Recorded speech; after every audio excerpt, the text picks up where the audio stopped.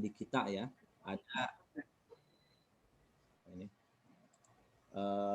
ininya apa namanya nomenklatur dan kebijakannya ada pada kementerian, khususnya Kementerian Agama ya untuk konten, tapi secara khusus ada di Kementerian Pendidikan dan Kebudayaan atau Kemendikbud.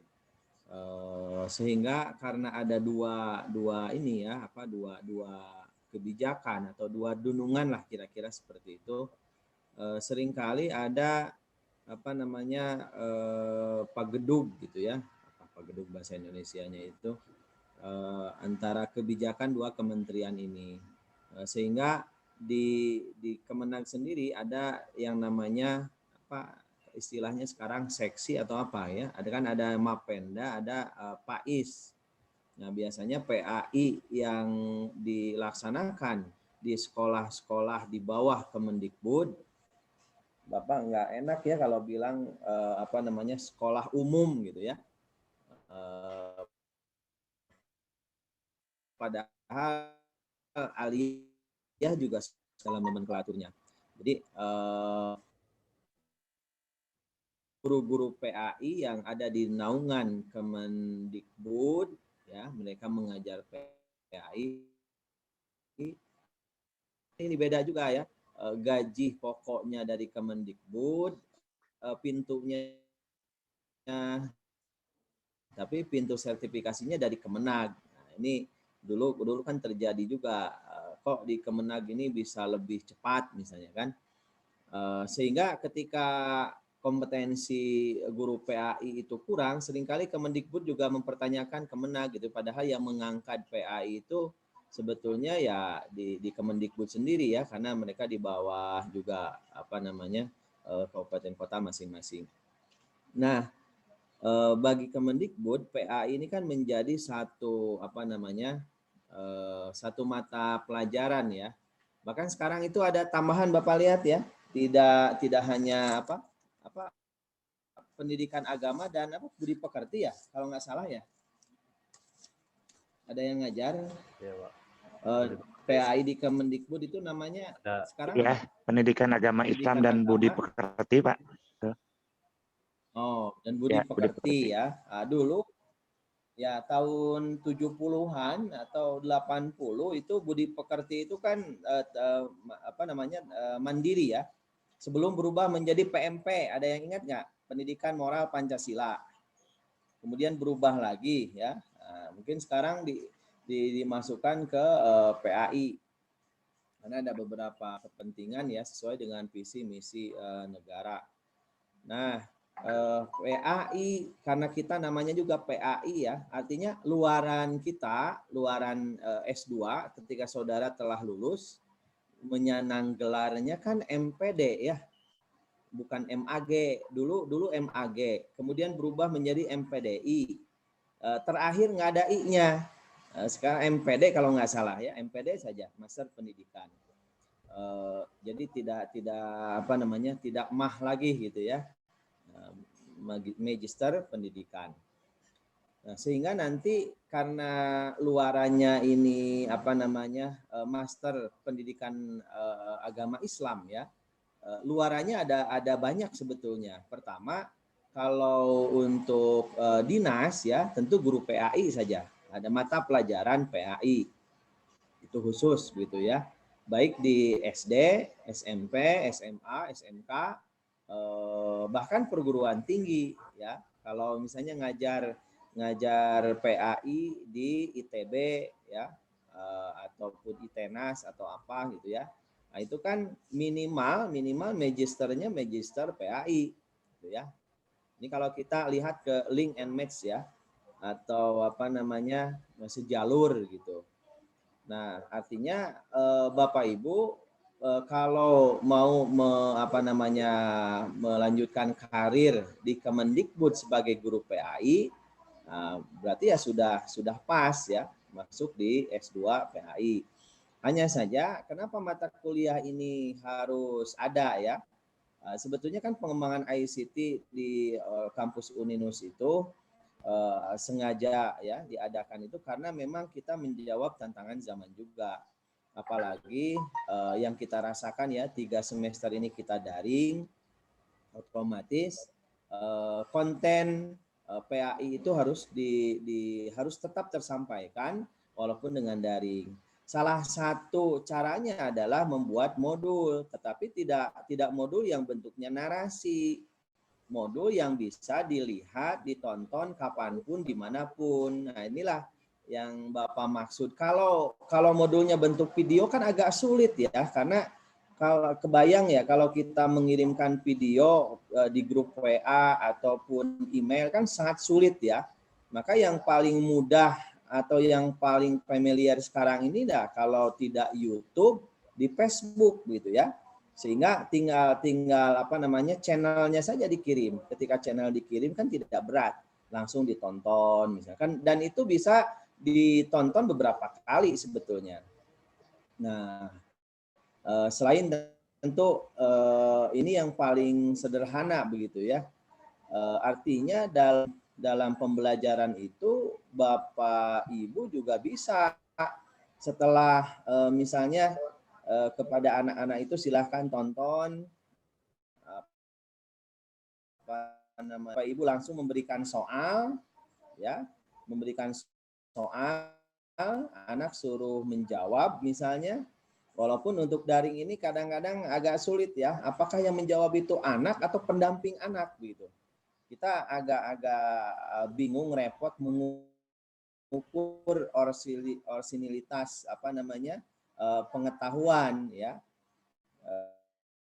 si anak.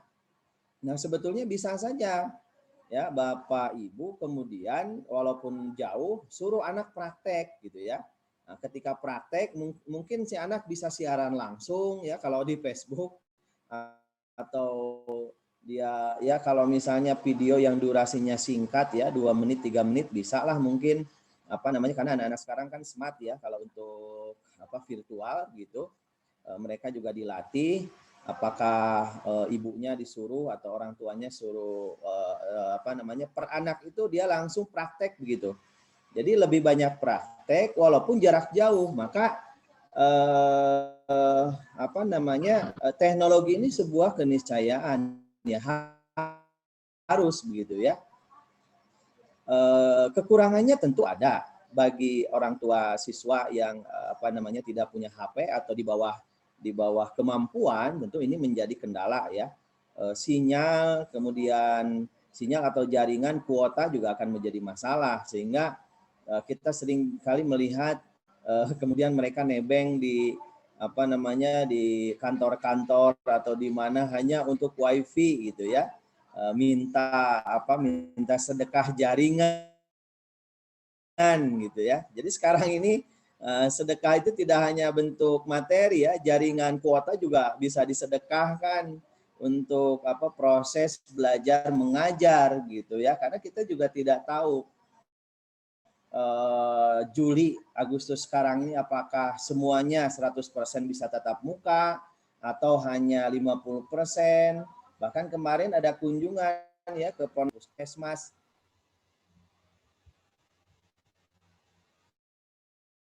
di semua berbagai aspek ya. Sementara kalau nggak tahu kalau di pasar, di tempat piknik itu seperti apa gitu kan. Tetapi rasanya untuk sekolah ini begitu sangat ketat begitu. Nah, oleh karena itu, maka guru PAI harus mengupgrade pengetahuannya tentang sistem pembelajaran jarak jauh. Ya, artinya dengan menggunakan teknologi ya. Kalau seperti Zoom ya, kita menggunakan Zoom atau Google Meet, ini kan bisa bisa di recorder ya, artinya bisa direkam. Ya, kemudian dimasukkan ke YouTube, nanti bisa apa namanya disaksikan kapan pun dimanapun, sehingga takrir atau pengulangan itu bisa dilakukan oleh siswa. Hanya saja yang akan menjadi kendala itu controllingnya ya, apalagi ya mohon maaf ya kalau pasca mungkin banyak mayoritas sudah bekerja, tapi bagi mahasiswi ya, bagi mereka yang kan videonya tidak off ya, artinya dia off, tidak kelihatan.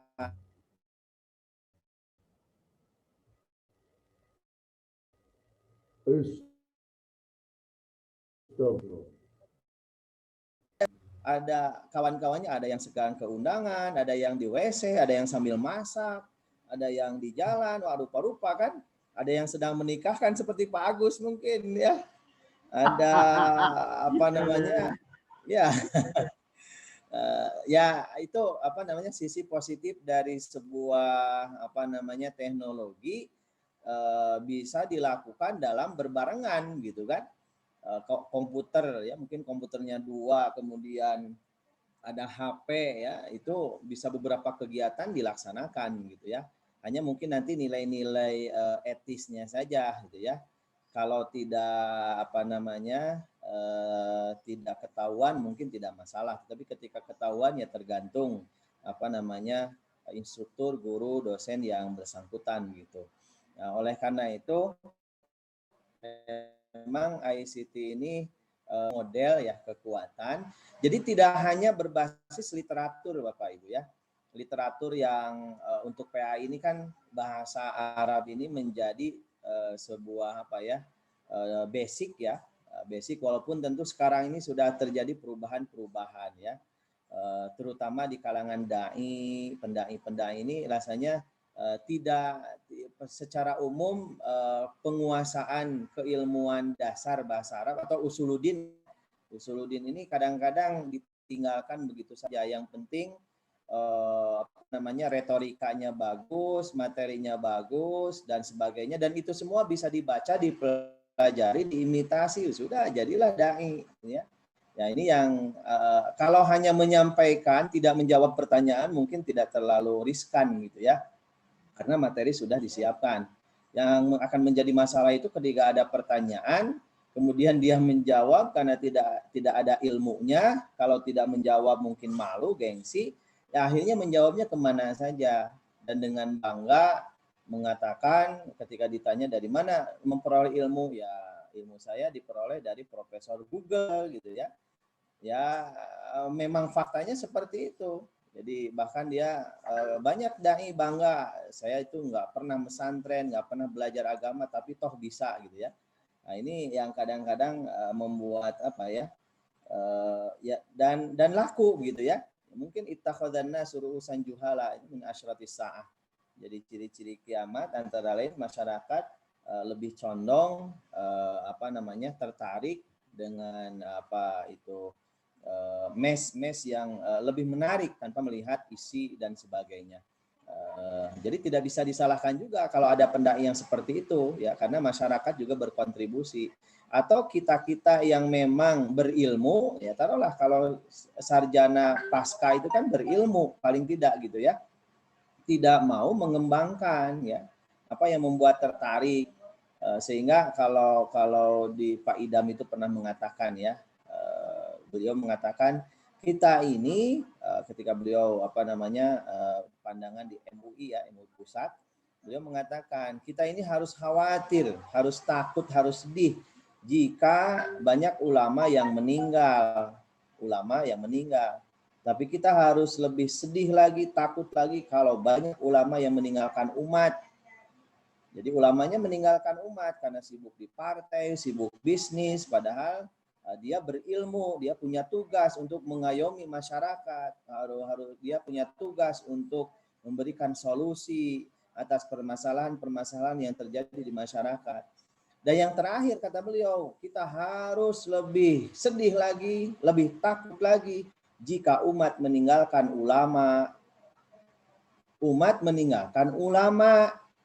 Kalau umat meninggalkan ulama, lalu umat memilih siapa? Umat memilih ulama. Nah, ini yang berbahaya, gitu kan? Ajengan ditinggalkan umat, lalu umat memilih ajelengan. Nah ini ajelengan itu kan instan ya, dia tidak mau apa namanya belajar payah ya, karena kan hanya belajar apalagi basic bahasa Arab nahwu shorof itu kan cukup lumayan ya, apa namanya dihafal dulu, latihan dulu, nggak bisa instan gitu ya. Walaupun sekarang sudah banyak aplikasi-aplikasi untuk nahwu shorof, ya, usul fikih dan sebagainya. Tetapi ada beberapa ilmu yang tidak bisa dia belajar secara otodidak, seperti ilmu qiraat ya. Kebetulan Bapak di UIN ngajar ilmu qiraat, dia harus apa? Dia harus dibarengi dengan tatbik ya, atau praktek ya. Bagaimana membaca taglid ya. Misalnya Imam Nafi riwayat Warosh ketika membaca lam as-shalah itu dibaca as-shalah tapi as-sholoh misalnya. Kemudian imalah ya, imalah bismillahi majriha wa mursaha. Nah, imalah juga macam-macam begitu. Ihdinas sirata, di situ ada 3 cara mengucapkan ya, ada yang baca shad, ini yang mayoritas termasuk imam kita Imam Asim, tapi ada yang bacanya sin. Ya, baca sin, kemudian ada yang baca Imam Hamzah bacanya biskuti shad ya, ismam shad bisauti zai. Jadi ada 2. Pertama zai secara murni, ziroto, yang kedua yang paling sulit ya, bacanya antara shad dengan zai, ismam. Ismam itu agak monyong lah. Ziroto. Nah, ini kan harus praktek ya, tidak bisa Imam Warosh misalnya wabil akhirati nakal wadah. Nah, seperti ilmu qiraat ini kan nggak bisa otodidak. Kalau ilmu-ilmu yang lain mungkin bisa ya. Nahwu shorof bisa, tetapi pada prakteknya ya tetap saja kalau kita belajar tanpa guru, tanpa ada yang mengarahkan, khawatir ya ada setan masuk, godaan dan sebagainya. Inilah yang terjadi pada saat ini, tetapi kita juga tidak bisa menyalahkan dai yang ngajeleng-ngajeleng itu gitu ya, karena memang secara retorika bagus ya, kemudian juga istilahnya ya bisa menguasai jamaah ya, tetapi secara keilmuan basic untuk memberikan fatwa itu nggak bisa gitu ya. Bahkan bisa dianya dhalun, dianya sesat, yang berbahaya kan kalau sesat sendiri nggak apa-apa. Nah, ini membawa orang sama-sama masuk gitu. Menggiring kesesatan. Nah, inilah yang lebih berbahaya. Mudilun ya, dhalun mudilun. Nah, saudara lihat ya, kemudian itu tadi PAI di Kemendikbud ya. PAI kita jadikan sebagai satu mata pelajaran. Nah, pertanyaannya kalau di madrasah bagaimana? Di bawah si Mapenda ya. Dia kan membawahi madrasah. Maka PAI ini dibagi menjadi 4, Al-Quran hadis, fikih, ya, akidah akhlak, dan SKI ya. SKI. Nah, kemarin Bapak sudah menyampaikan ya yang Al-Quran hadis ya. Jadi ada pertanyaan begini, bahkan PAI ya, karena Bapak di PAI itu ketika orang kan ada ujian komprehensif ya, ujian komprehensif sebelum tesis, sebelum skripsi ya, sebelum skripsi.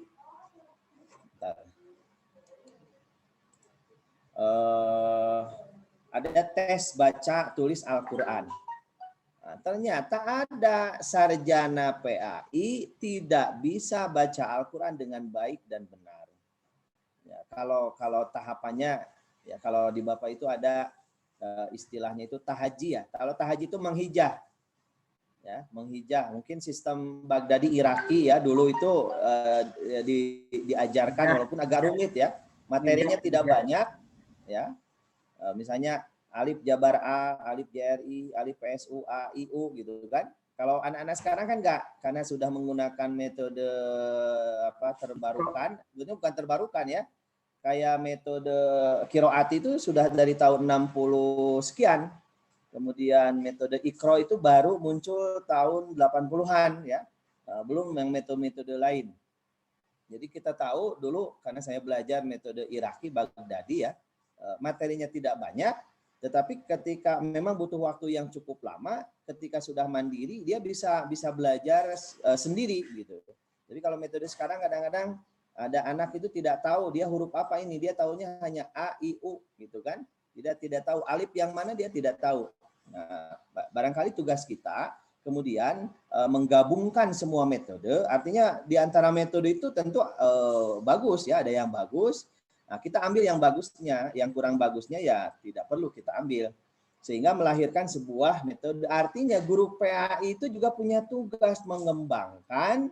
Jadi kalau boleh kita membuat misi ya, misi atau visi lah, visi kita itu tidak boleh lagi ada umat Islam di Indonesia yang buta Al-Quran, kira-kira gitulah.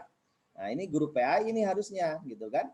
Kenapa? Karena fakta di lapangan ketika kita menguji mahasiswa semester akhir, berarti kan dia 4 tahun di perguruan tinggi. Kemudian 6 tahun SMP SMA, sudah berapa tahun tuh? 10 ya. Kemudian SD 6 tahun, berarti 16 tahun. Ya, 16 tahun dia belajar PAI, tapi disuruh baca Al-Quran ternyata sulit gitu ya. Tidak mencapai derajat murotal, masih mu'alam gitu ya kan. Kalau tahaji itu tadi menghijah. Kalau mu'alam itu dia naik lah gitu ya. Bismillahirrahmanirrahim. Ada penekanan itu mu'alam. Tapi kalau murata sudah ada lagunya. Bismillahirrahmanirrahim. Itu murata. Kalau mujawad ya dia dilagukan gitu ya. Bismillahirrahmanirrahim. Nah, itu mujawad ya. Terakhir ya kiroat ya. Terakhir itu kiroat. Berbagai macam bacaan. Nah, jadi kata dosen, nah ini karena input dari SMA-nya nggak bagus. Kata guru SMA, input SMP-nya nggak bagus. Kata guru PAI SMP, input SD-nya nggak bagus. Kata guru SD, iya mah indung bapak nawe turunan terbalik. Nah, jadi saling menyalahkan gitu kan. Ini Pak Jelani 16 tahun belajar PAI kok baca tulisnya. Nah, mungkin ini menjadi tugas kita sebagai akademisi di PAI ya, baik di SD, SMP, SMA maupun perguruan tinggi ya, termasuk di pondok. Jadi baca tulis Al-Quran ini menjadi sebuah basic yang memang harus gitu ya, apalagi sekarang ini kita tahu motif atau apa itu semangat ya, semangat giroh umat terhadap Al-Quran ini luar biasa. Ya. Jadi mumpung umat lagi semangat-semangatnya, maka kita harus memberikan yang terbaik. Jadi silahkan. Kalau Bapak Ibu mau penelitian tentang baca tulis Al-Quran, silahkan. Tetapi bikinlah yang bagus gitu ya. Mau bikin yang yang baru, menggabungkan yang ada di penelitian itu ya silahkan saja gitu ya untuk membantu umat. Bahkan sekarang ini kan musimnya sebelum COVID ini diseminarkan itu menjadi uang. Jadi ada metode yang dikhususkan untuk mereka lansia. Kadang-kadang kan para pejabat itu juga namanya pejabat ketika disuruh baca Al-Quran nggak bisa gitu ya, pensiun dan sebagainya. Jadi membuat metode disesuaikan dengan tahapan-tahapan umur dan sebagainya ya. Ini mungkin Al-Quran. Kalau untuk hadis ya sebetulnya ada riwayah, ada diroyah. Kalau hadis sudah Bapak sampaikan juga ya Kang Jalal? Mana ya, Pak Jalal? Iya Pak. Hadis sudah ya? Ya sudah Pak. Sudah. Ya. Pak Jalal. Yang kawin. Pak Jalal mana tacan kado gandengannya? Tacan. Sabun sep. Anes Pak Jalal, tos gaduh calon tacan Pak Jalal. Pak Jalal. Nuju milarian Pak. Sanes pamit acan Bapak gaduh jamaah. Gaduh jamaah saurna. Asik. Ayo Pak Jalal apa pada mal BCA asana mah. Milarian Pak Dokter. Pak Dokter kau abdi atuh. Kau abdi Pak Dokter. Power kamu Pak Agus mah. Atas garuk sak bagus mah. Ya, orang lajengkan sekedik lah. Fikih ya. Kita kembali ke fikih. Dalam beberapa materi, fikih ini kan bersinggungan dengan madhab ya. Artinya ketika anak tidak belajar, salah satu contoh saja, doa iftitah ya. Ketika gurunya baca doa iftitah versi inna sholati ya inni wajjahtu ya. Kemudian si anak nggak terbiasa, si anak itu hanya baca Allahumma ba'id. Nah, itu kan menjadi tidak lulus. Atau sebaliknya, gurunya taunya Allahumma ba'id atau yang lain. Anak taunya ini wajah tuh, jadi salahkan gitu. Jadi harus ada beberapa materi, perluasan materi, dan tentu guru harus bijak gitu ya. Mana yang esensi, mana yang ini adalah diperbolehkan, ada pilihan-pilihan sesuai dengan referensi. Nah, berarti kembali lagi guru PAI harus memiliki wawasan fikih yang luas dan luas ya. Luas saja tidak cukup, dia harus luas sehingga bijak dalam memahami berbagai persoalan. Ya. Ada anak yang terbiasa kunut, ada yang tidak bisa kunut ya. Ketika dia tidak bisa kunut kan bukan berarti sholatnya tidak sah gitu kan, karena ada beberapa pandangan. Walaupun tentu lebih banyak tahu lebih baik gitu ya, supaya bisa berbuat bijak. Nah, entah ya Bapak tidak tahu apakah usul fikih ini di SMA ada atau tidak ada, atau hanya fikihnya saja. Ada yang ngajar di SMA nggak? Fikihnya saja, Pak. Fikihnya saja. Oh, nggak ada ya, berarti ya? Tidak sampai ya, usul fikih nggak nyampe. Baik ya. Nah, berarti kan masih, kalau di aliyah ada usul fikih nggak di aliyah? Ada yang ngajar di aliyah? Ada usul fikihnya, walaupun saya nggak ngajar. Ada usul fikihnya ya? ada. Oke ya. Di kelas berapa Di itu? kelas 3. Di kelas berapa? Kelas 3. Oh, kelas 3. Ya. Pak Jailani ngajar? Ngajar. Di aliyah? Ngajar. Oh, ada ya? Ada. Artinya karena kenapa usul fikih ini penting ya. Jadi kalau fikih itu kan produk, fikih itu produknya. Usul fikih itu metodologinya. Nah, kenapa sekarang kemudian dengan media sosial mudahnya orang kemudian menyalahkan orang lain, membid'ahkan, kemudian naik lagi mensesatkan, naik lagi sampai ke derajat kafir, ya. Orang hadir di gereja kemudian dicap menjadi kafir karena mantasyabbaha dan sebagainya, bahkan warna ya. Yang lucu ini kan ketika membuat asrama warnanya merah, lalu merah identik dengan PDIP, kemudian PDIP identik dengan ya sesuatu yang tidak baik ya, kemudian dicap kafir, atau pohon cemara dan sebagainya. Ini kan sesuatu yang sangat dangkal sekali gitu ya. Artinya di metodologi bermasalah gitu ya. Di metodologi sangat bermasalah. Termasuk, mohon maaf ya, termasuk misalnya Ibnu Taimiyah pernah bilang bahwa ayat Al-Qur'an tidak boleh ditakwil ya. Kemudian sebagainya, sehingga ketika ada takwil jadi bermasalah gitu kan. Karena tidak setuju, padahal itu pendapat Ibnu Taimiyah. Kalau misalnya tidak boleh ditakwil dan sebagainya, apa fungsi balaghatul Qur'an? Atau jangan-jangan nanti sama dengan Dzahiriyah. Dzahiriyah itu madhab yang hanya mengamalkan dzahir ayat. Ya, jadi tidak menerima kan ayat itu ada teks ya. Teks ini kemudian punya makna sesungguhnya yang dalam ilmu balaghah disebut sebagai hakikat gitu ya. Kemudian ada makna yang tidak sebenarnya yang dalam ilmu balaghah disebut sebagai majaz. Misalnya contoh, ketika saya bilang itu asadan fi hadiqatil hayawan, saya melihat singa di kebun binatang, berarti kan singa beneran. Singa dalam arti hakikat singa. Tapi kalau saya rubah kata-katanya itu asadan yaktubu alal mimbar, saya melihat singa sedang berkhutbah di podium. Nah, itu kan berbeda. Bukan singa yang di kebun binatang gitu kan, tetapi singa orang. Cuman kemudian ditasbihkan ya, diserupakan keberaniannya atau suaranya ya, semangatnya dan sebagainya. Begitu juga di dalam Al-Qur'an. Al-Qur'an mengatakan misalnya hurimat alaikumul maitatu waddamu walahmul khinzir. Apakah Al-Qur'an bilang diharamkan atasmu bangkai ya, darah, tapi kan ada pengecualian di situ, ada istisna yang hadis kemudian menjawab ya, uhillat lana maitatana wadamani, telah dihalalkan kepada kami 2 bangkai dan 2 darah ya. yaitu as-samak wal jarad, ikan dan belalang ya. Termasuk juga lahmul khinzir.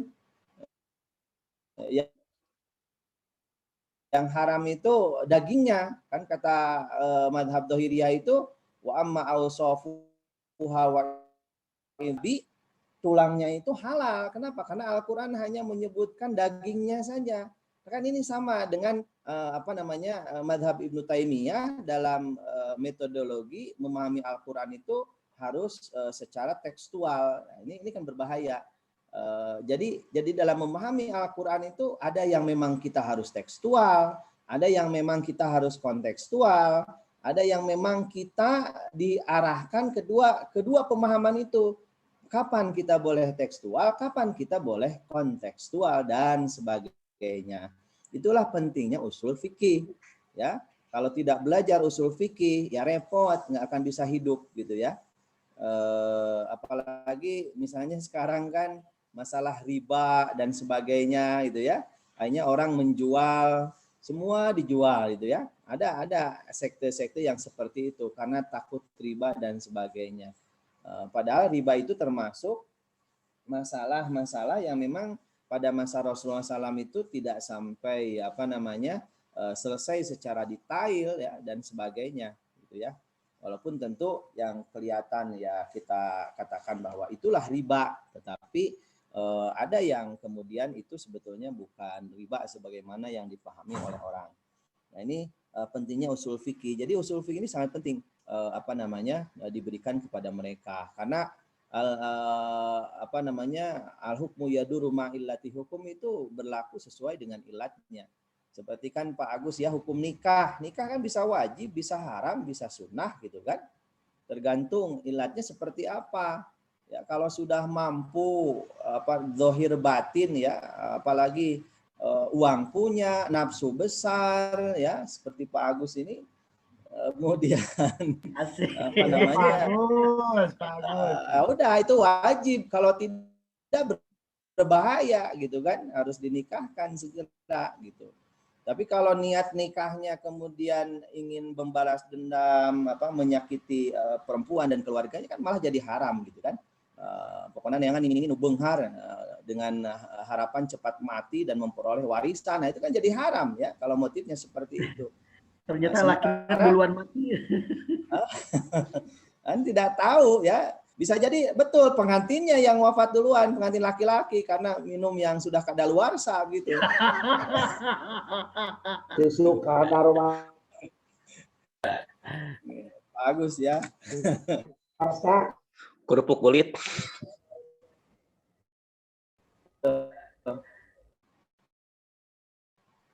Itu beberapa contohnya itu, kesunahnya atau kewajiban atau bagaimana ya, tidak tahu.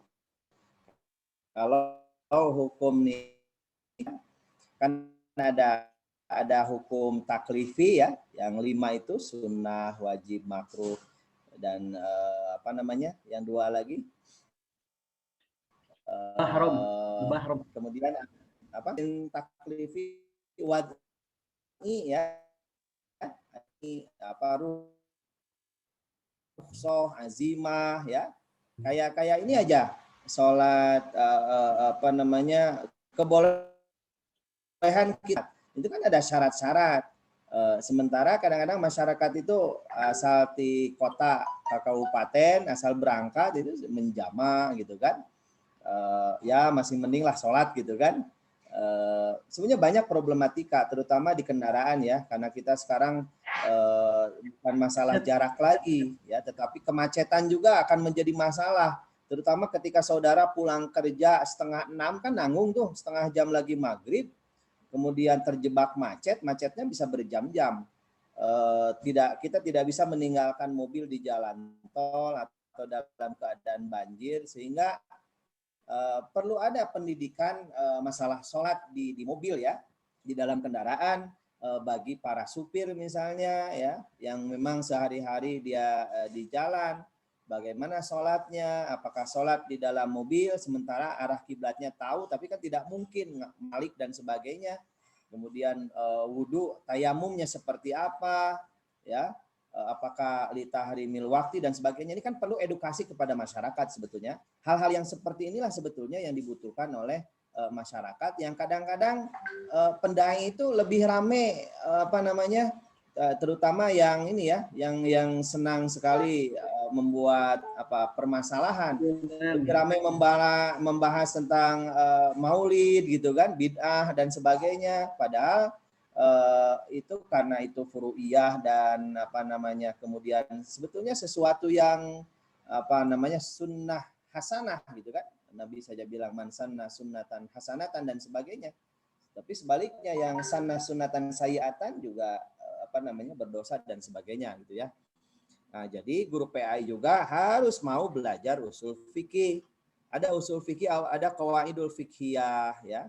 Kemudian muqaranatul madzahib. Nah, dewasa ini kan muncul. Kalau di Timur Tengah sudah lama namanya alam madhabiyah. Jadi tidak bermadhab. Tidak usah bermadhab.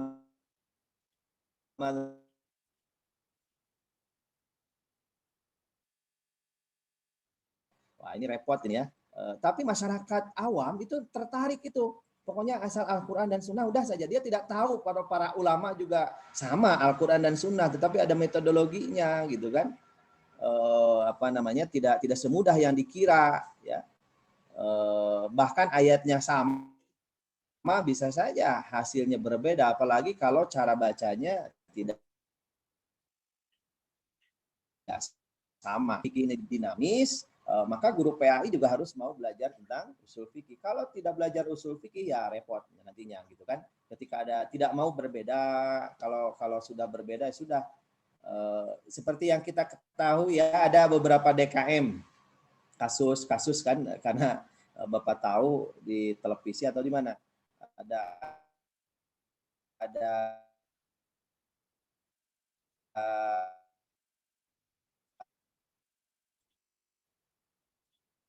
pakai masker, termasuk juga kalau nggak salah ada juga yang ini gimana, dalam hadis itu kan harus rapat saf itu, ini malah jaga itu Masjidil Haram dan sebagainya gitu kan. Nah, dia tidak paham usul fikih ya. Artinya jangankan jaga jarak, untuk ke masjid ke darurat mah oleh Nabi jangan, tidak perlu ke masjid kalau ketika hujan mah.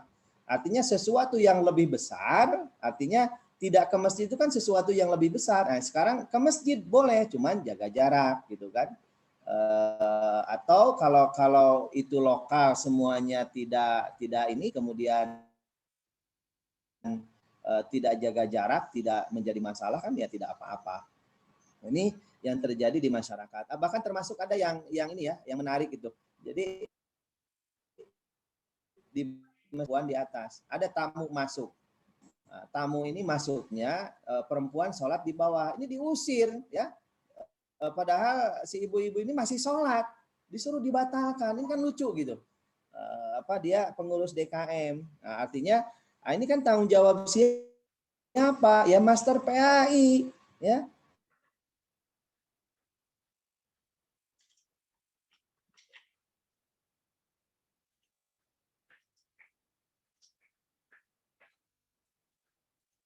Di kelas itu yang formalnya ya, ada non formalnya, aktif di DKM, apakah itu istilahnya forum DKM forum DKM, DMI atau atau di MUI kelurahan, kecamatan ya, atau apa sajalah gitu kan, yang Pak bisa Dokter, diberikan kontribusi. Ya Pak Agus, itu dalil yang tidak jaga jarak, katanya begini Pak Dokter.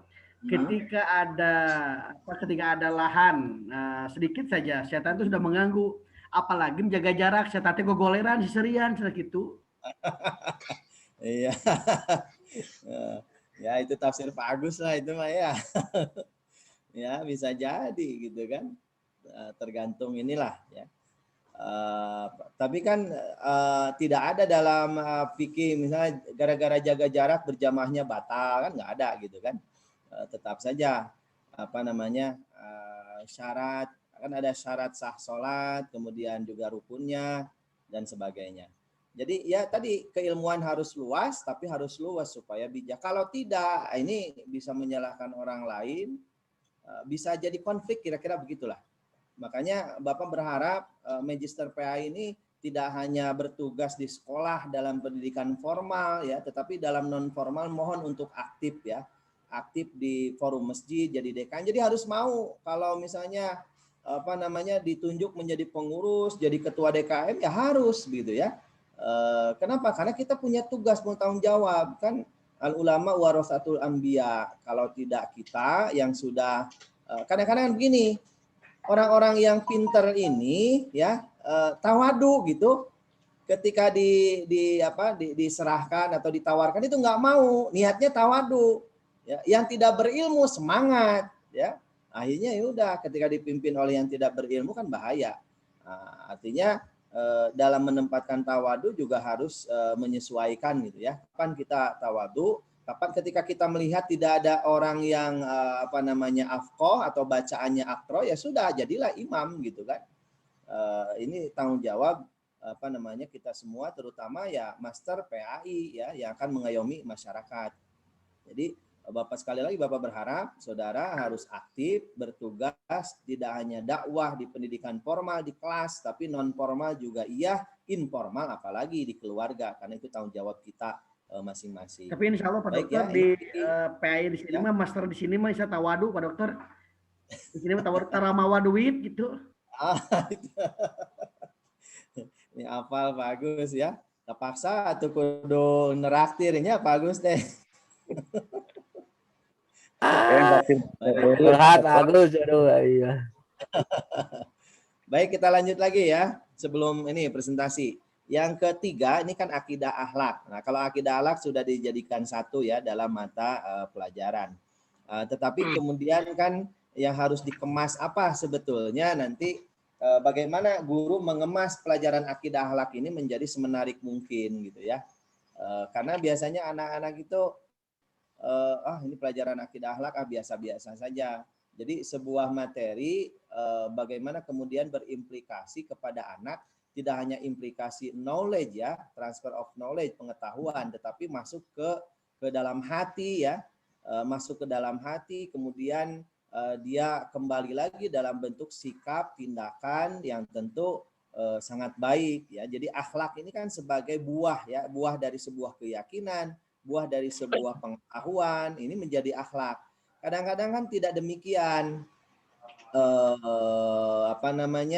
Pengetahuannya bagus, hebat gitu ya, tetapi tindakannya tidak mencerminkan apa yang dia ketahui. Artinya dalam sebuah trilogi pengetahuan itu ada split personality ya, orang psikolog mengatakan split personality, artinya pecah kepribadian. Maka wajar, pantas kalau dia ketika ceramah bagus sekali, tetapi ternyata kemudian dia membentak pengamen atau kepada keluarga kurang baik, gitu ya, kepada tetangga tidak baik ya. Tapi dari aspek yang lain dia baik, sholat berjamaah terus ya, tetapi dia lupa menunaikan yang lain. Padahal dia harus memahami Islam itu secara kafah semuanya, tidak hanya masalah akidah dan akhlak saja. Makanya digabung akidah, akhlak ya.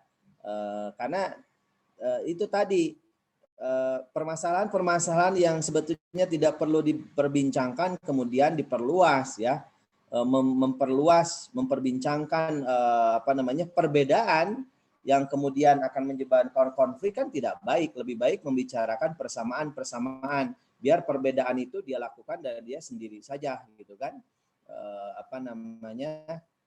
Kenapa? Karena akhlak itu di atas segalanya kan.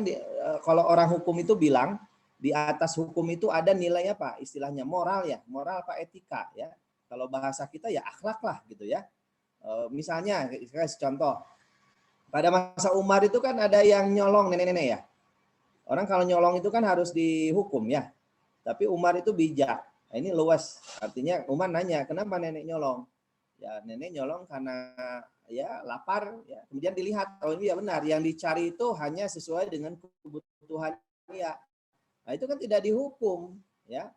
Tetapi kemudian malah diberikan ini dosa saya dan sebagainya. Ini kebijakan. Ya, kan kebijakan itu sebetulnya dia yang bisa melanggar aturan itu kan kebijakan ya. sesuatu melanggar aturan itu kebijakan, tapi kebijakan yang kemudian untuk kebaikan, untuk kemaslahatan. Jadi tidak statis. Kan model sekarang ini dengan ada aturan penyekatan dan sebagainya, kemudian orang tidak mau tahu gitu kan. Nah, contoh kasus di Bogor yang suami istri di depan itu, ya dia protes kan, ketika diberhentikan, dia protes disuruh pakai masker ya, nah, dia protes. Ini saya kan masa di mobil ini sudah jaga jarak berapa senti, suruh kan rapat gitu kan, masa nggak boleh di mobil gitu kan. Nah, dia protes sampai terjadi konflik. Ya, petugas juga sama, ya dia kaku dengan aturan yang dibuat olehnya. Sebagai warga ya taat sajalah, si ibunya pindah ke bawah, udah 2 km udah nggak kelihatan, pindah lagi ke depan kan aman sebetulnya. Karena petugas juga hanya mengikuti aturan-aturan yang ada. Ya artinya di sini ada yang namanya win-win solution. Artinya semua menang, tidak ada yang merasa dikalah. Artinya win-win solution itu bagaimana kemudian kita bisa menghargai semua pihak. Dan itulah yang dilakukan oleh Rasulullah SAW ketika memindahkan Hajar Aswad ya. Umur beliau kan masih waktu itu belum jadi nabi itu ya, sehingga punya gelar Al-Amin. Ya, ketika para suku konflik siapa yang paling berhak menyimpan Hajar Aswad ini, kan mereka bingung ya.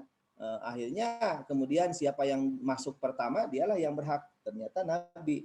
Nabi tidak egois, tidak langsung kemudian Nabi pindahkan, tidak. Karena Nabi ini punya sifat patonah ya, cerdas, smart. Artinya keluasannya ada, menghargai orangnya ada. Kemudian kata Nabi, ambilkan kain ya, semua orang memegang.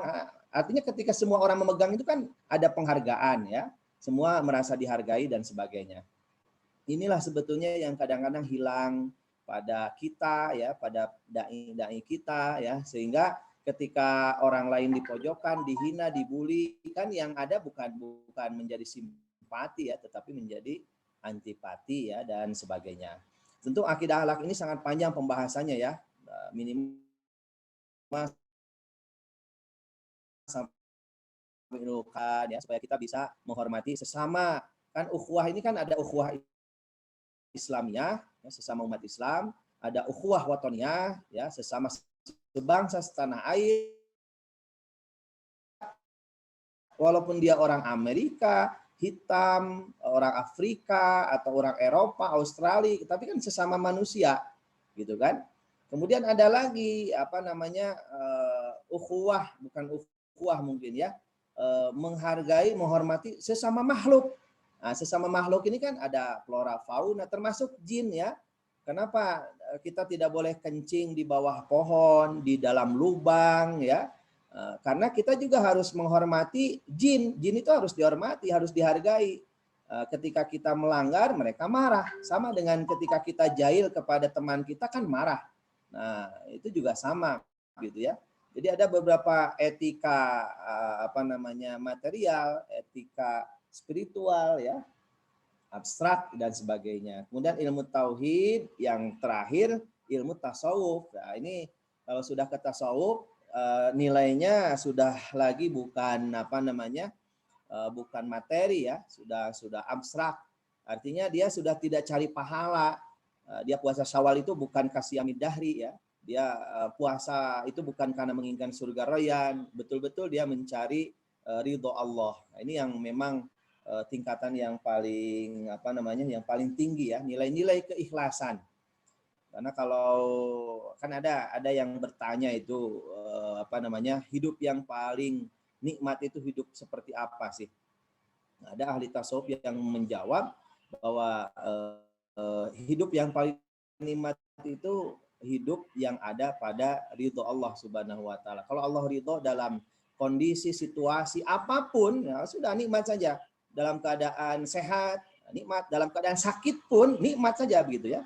Kenapa? Karena hidup ada dalam ridho Allah. Artinya kalau dalam keadaan sehat berarti dia bersyukur, dalam keadaan sakit dia bersabar.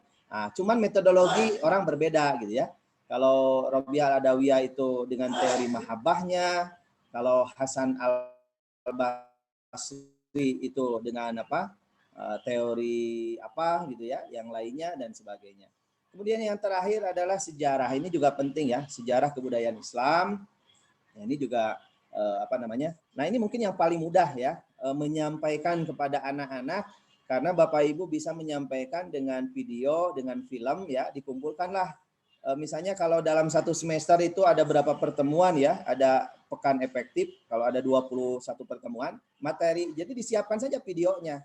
Artinya Bapak Ibu sebagai guru PAI kita harus sudah mulai memperbanyak metodologi dalam mengajar. Anak-anak menariknya seperti apa. Dan sekarang ini sudah apa namanya? Teacher center ini sudah ditinggalkan ya. Jadi harus student center. Jadi berpusat kepada siswa, kemudian problem solving. Nah, tinggal jadi guru sekarang ini masuk apa namanya? Peran dosen ya sebagai fasilitator ya. Bahkan kalau Bapak di Pasca UIN ngajar itu dari 16 kali cuman masuk itu 10 kali ya. Jadi yang 5 kali itu hanya 5 kali pertama itu materi, pertemuan ke-6 ke-10 itu ada mini research, jadi tidak masuk kelas. Mereka research aja. Nah, baru kemudian presentasi, sisanya 5 kali itu presentasi untuk siswa, dan itu sudah Bapak lakukan di Pasca UIN ya, di jurusan IAT. Termasuk di UPI juga sama. Ya, jadi tidak 16 kali pertemuan itu masuk semua, tidak. Karena di Pasca itu sudah harus mulai riset begitu. Nah, itu saja mungkin yang bisa Bapak sampaikan ya. Masih banyak waktu, nanti Bapak mungkin menyimak ya sambil nunggu ini tamu.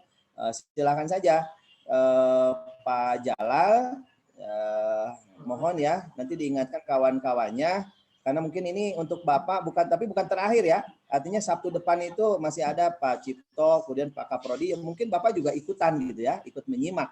Cuma nanti leadernya Pak Kaprodi dengan Pak Cipto mungkin ya. Nah, untuk masalah penilaian supaya bisa segera, nanti kan kolektif nih ya, disatukan, dibagi 3 mungkin. Nah, mohon apa namanya, Pak Jalal bikin list ya, list walaupun ada channel, siapa yang sudah mengumpulkan individu, siapa yang sudah kelompok ya, untuk membuat apa namanya, pertimbangan penilaian, siapa yang dapat A plus, A min, B dan sebagainya. Itu saja ya Pak Jalal, terima kasih banyak ya. Ya, disilakan Pak Dokter. Ya. Saya itu butuh ini mau jam gimana? Apakah harus ke Banjaran atau gimana? Mau jam apa? Mau jam apa? Yang waktu itu Pak Dokter nggak bisa ke WA gitu. Mau jam Quran. Oh ya, ke sini aja. Sok aja kalau nanti mau apa namanya? Mau botram lagi ya dengan kelas yang lain, silahkanlah. Tapi bagusnya di akhir-akhir ya, ketika sudah selesai sambil nanti memberikan penilaian lah, silahkan itu. Paling nanti bawa flashdisk atau apa, kan Bapak di ini Bapak membuka namanya pesantren riset ya. Pesantren riset itu artinya saudara itu mesantren cuman 2 malam 3 hari, tugasnya apa?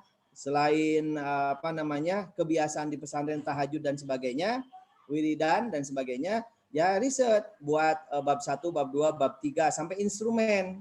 Nah, nanti kemudian baru ke lapangan ya. Tapi kan ini bagi mereka yang sudah dapat SK pembimbing ya, baik di Uninus, di UIN ataupun Cipasung, karena Bapak ngajar di tiga universitas itu.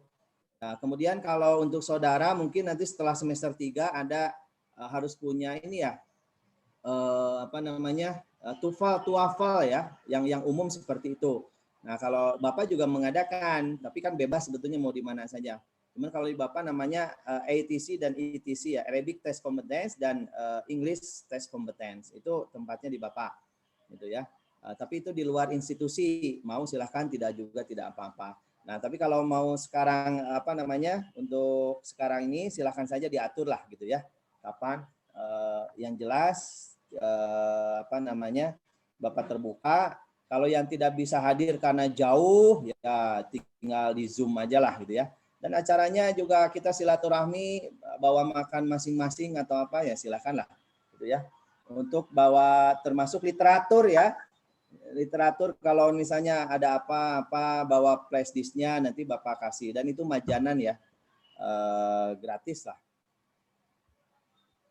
Kecuali kalau beli buku ya, buku mah wayahnya yang harus dibeli itu mah ya, buat nambah-nambah bangunan lah. Baik, itu saja ya Pak Agus ya, mangga lah, tinggal dimusyawarahkan. Ada lagi yang lain silahkan. Ada yang bertanya? Sambil mengenalkan sahur Pak Jalal, Pak Dokter. Oke, sahalah ya. Bade sahalah. Mangga Pak Anan. Tadi tuh untuk tupel ya. Mudah-mudahan nanti Pak Jalal bisa kita kolektif yang mau ikut di Pak Dokter, yang ikut tupel misalnya ya. Iya maksudnya biar kita itu ya sama-sama nanti pas pada pelaksanaan ingin tupelnya. Kalau saya sih sangat tertarik kalau memang di Pak Dokter ada program itu sambil kita silaturahmi ke sana karena saya kemarin yang pertama belum sempat ke sana Pak Dokter gitu. Jadi ya ke sana seperti itu. Ya, belum ngopi. Tidak mesti tes tupel kalau mau ke sini masuk aja ya. Masuk aja ya. Silakan. Sekarang juga ada guru-guru SD dari kota mau halal bihalal tempatnya di sini silakan gitu kan. Bapak iya. Terima kasih Pak Dokter. Ya sambil sharing aja lah. Nah, termasuk penelitian. Cuman kalau penelitian itu ya karena nginep ya dikasih makan juga ya kayak di hotel aja lah. Cuman ini di asrama gitu ya. Baik, ada lagi? Mohon maaf Pak dosen perihal konten kultum Pak, mungkin itu sifatnya review saja ya Pak ya? Ya, review saja. Mungkin prosesnya saja mungkin kita tayangkan pidatonya dan mungkin ada ulasan-ulasan dan mungkin ada juga tambahan-tambahan dari teman-teman semuanya mungkin seperti itu ya Pak ya? Betul gitu aja ya, gitu aja. Ya, silakan aja ya. Mungkin sampai nanti 9:30 ya. Bapak mau off kameranya ya. Silakan aja Kang Jalal ini siapa yang memungkinkan hari ini. Kalau tidak juga Bapak udah melaporkan ke Kaprodi ya untuk output ya mata kuliah kita gitu ya. Jadi apa yang bisa diberikan. Demikian ya Kang Jalal, terima kasih banyak ya saudara-saudara semuanya. Assalamualaikum Waalaikumsalam warahmatullahi wabarakatuh. Mohon izin kepada semuanya untuk selanjutnya mungkin insya Allah akan saya moderatori untuk proses review atau presentasi hasil kultum yang Bapak Ibu sekalian telah kumpulkan. Jadi yang telah masuk ke saya kurang lebih ada 9 orang dan mungkin yang lainnya bagi teman-teman yang lainnya yang belum mengumpulkan ataupun sudah membuat channelnya sendiri, mohon dicantumkan linknya dan akan saya coba untuk upload atau mengupload ulang di channel kita untuk bahan komunikasi, untuk bahan review bersama-sama supaya mempermudah untuk kita bisa mengeceknya. Oke, Bapak Ibu sekalian yang kami hormati, tanpa berpanjang kalam karena kita mengimbang dan mengingat waktu yang tersedia, mungkin saya akan coba tampilkan dulu di sini.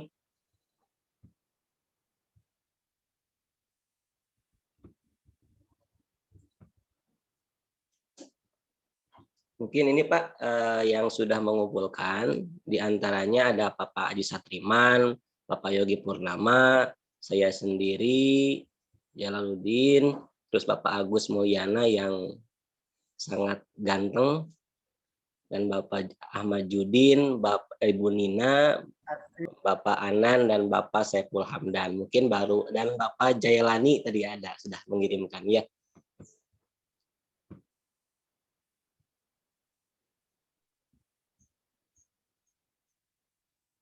Oke, mungkin saya akan yang pertama-tama, mungkin ada teman-teman yang mempunyai YouTube-nya sendiri yang belum masuk pada channel ini, barangkali ingin mereview atau mempresentasikan kultumnya. Mangga dipersilahkan. Mungkin dari Pak Arifin, barangkali Pak Arifin. Yang ada dulu aja Pak. Yang ada dulu aja. Oke, kalau gitu Yang ada dulu aja. Mau siapa dulu? Mangga bade Bapak Aji Satriman, mangga. Bade Bapak Yogi dulu, mangga. Silahkan. Tapi dulu tuh yang sedikit tuh, yang sebentar 5 menit. Yang siapa? Pak siapa? Pak Haji. Siap Pak Haji. Dan mungkin kalau dilihat di sini paling lama itu 8 menit ya. Paling lama 8 menit. Jadi antara 5 menit sampai dengan 8 menit. Jadi insya Allah dalam sekitar kurang lebih waktu 1 jam, insya Allah akan ada beberapa video yang bisa kita putar. Mungkin kita awali saja ya Pak Haji. Siap Pak Haji? Halo Pak Haji. Assalamualaikum Pak Haji. Waalaikumsalam. Videonya tuh izin abdi kumaha tuh ya. Orang putarkan dulu, nanti teman-teman bisa melihat dan nanti juga Pak Haji bisa menanggapi masukan-masukan dari teman-teman yang menyaksikan pada kesempatan kali ini. Ya, Bapak Ibu sekalian, mari kita sama-sama saksikan dan perhatikan bersama-sama. Sabuktos nawai. Nah, gitu. Jadi kita mungkin bisa memberikan masukan agar supaya kedepannya lebih baik lagi. Ya.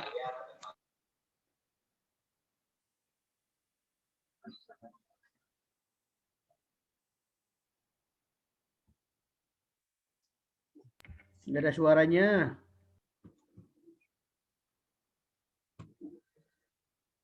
Mana suaranya?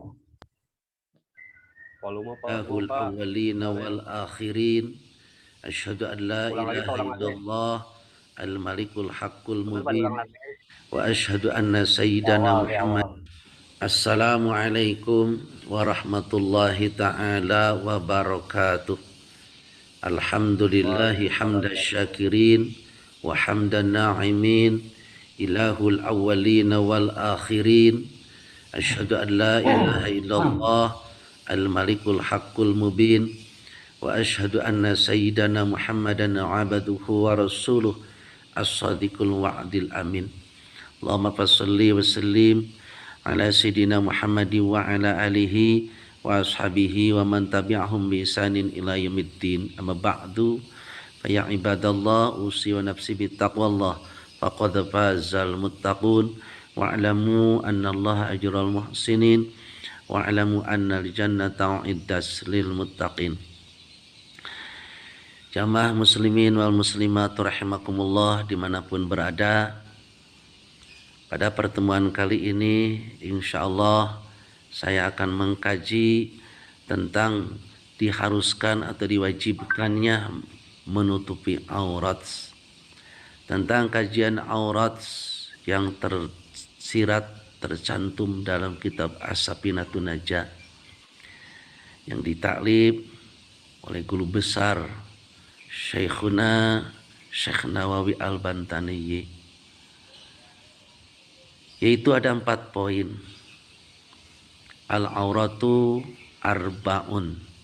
Aurat itu ada 4. Yang pertama adalah auratu rajulin mutlaqon wal amati inda salat ma baina surati wa rukbati, yaitu auratnya laki-laki dan amat di dalam sholat, yaitu di antara pusar dan dengkul.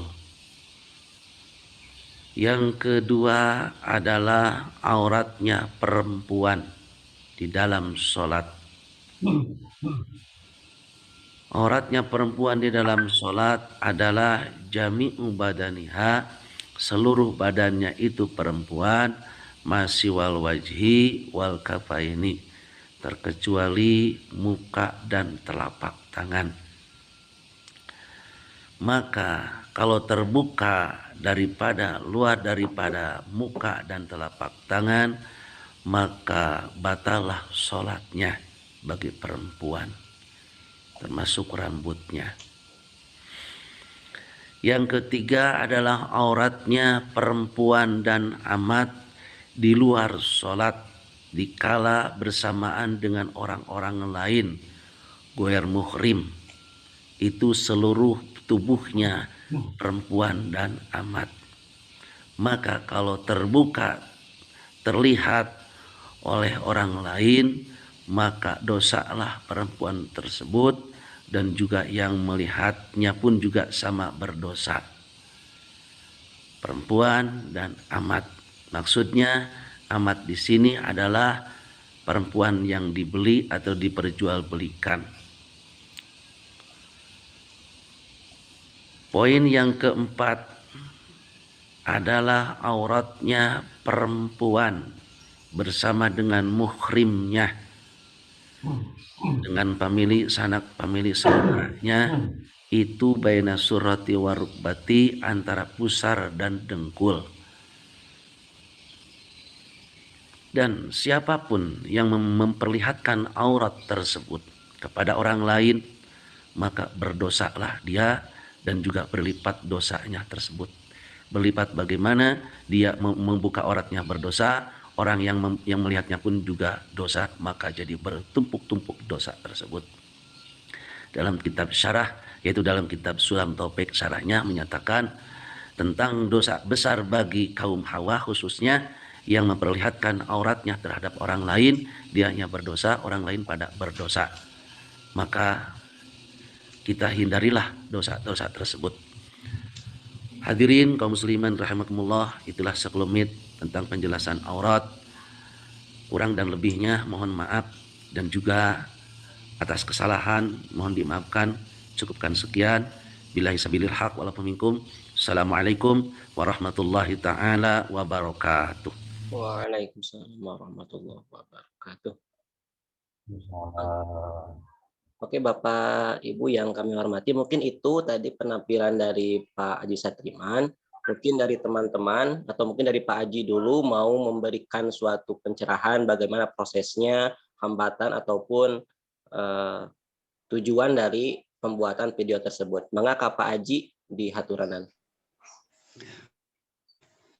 Assalamualaikum warahmatullahi wabarakatuh. Waalaikumsalam warahmatullahi wabarakatuh. Waalaikumsalam. Ya, tentang berikan materi yang barusan disampaikan, walaupun ya singkat, juga tidak begitu konsen dikarenakan lagi saum, kurang tidur, banyak tugas dan banyak acara, sehingga mohon dimaafkan dan dimaklumi tentang penyampaiannya kurang gerak gitu tah. Lagi kan dengan cara umum menghadapi daripada halayak atau jamaah yang banyak. Ini cuma sendiri saja. Ya, tentang penyampaian materi yang saya sampaikan, ya termasuk fenomena sekarang ini tentang aurat kurang diperhatikan. Rasanya bagi kaum Hawa khususnya tidak menutupi aurat, termasuk rambutnya diperlihatkan ke sana kemari, siapa yang lihat, termasuk dari iklan-iklan TV, yaitu iklan sabun, iklan sampo, ini perlihatkan sehingga dosa terus berdosa, sehingga masih orang terus melihat. Orang terus melihat, daripada melihat terus ditayangkan lagi. Jelas itu dosa bertumpuk-tumpuk, naudzubillah. Apalagi tayangan yang banyak tayangan di Facebook, di apapun itu, naudzubillah, sehingga dosanya luar biasa. Ya, terima kasih Pak. Banyak. Oke, terima kasih Pak Haji atas dan juga Pak Haji. Mungkin dari teman-teman mau silakan, tapi bagus, silakan, bagus, bebas aja, relax. Kapan ya? Iya, boleh saking bagus. Ya, silakan. Bagus. Pertama Pak Haji bagus ya, kontennya bagus. Cuma ada beberapa hal yang saya ingin masukkan. Pertama itu tentang kamera terlalu dekat Pak Haji, yang pada akhirnya betul. Bagus. Bagus, atau betul bagus mau nyari dong. Terima kasih. Apalagi? Kalau ada mah ada pembukaan dulu Pak, pembukaan dulu jadi supaya nggak tegang gitu aja, ting gitu. Ada Ya, baju lebaran. Ya, Untung lah. terima kasih. Kontennya bagus lah, bagus Mas. Oke, mungkin Mantap. Ya, terima kasih. kita batasi saja ya dari satu video, Lanjut ke Pak satu Anang aja, Pak Anang, Pak. satu tanggapan saja ya, satu video satu tanggapan saja, dan nanti kalau waktu mencukupi kita bersama-sama tanggapi dari keseluruhan video tersebut. Mungkin teman-teman sekalian sambil kita menunggu dan kita saksikan kembali video dari teman-teman kita yang lainnya.